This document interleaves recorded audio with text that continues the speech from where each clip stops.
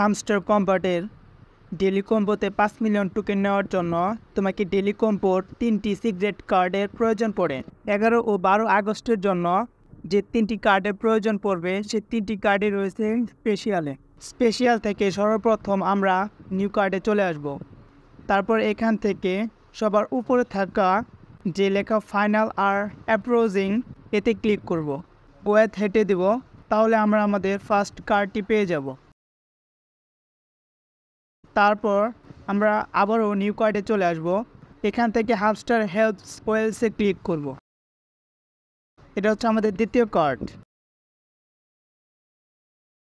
Third কার্ডটি পাবো মাই কার্ডে।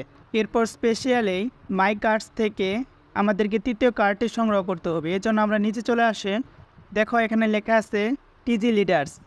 এটি হচ্ছে আমাদের তৃতীয় কার্ড। দেখো আমরা আমাদের রিওয়ার্ডটি পেয়ে গেছি।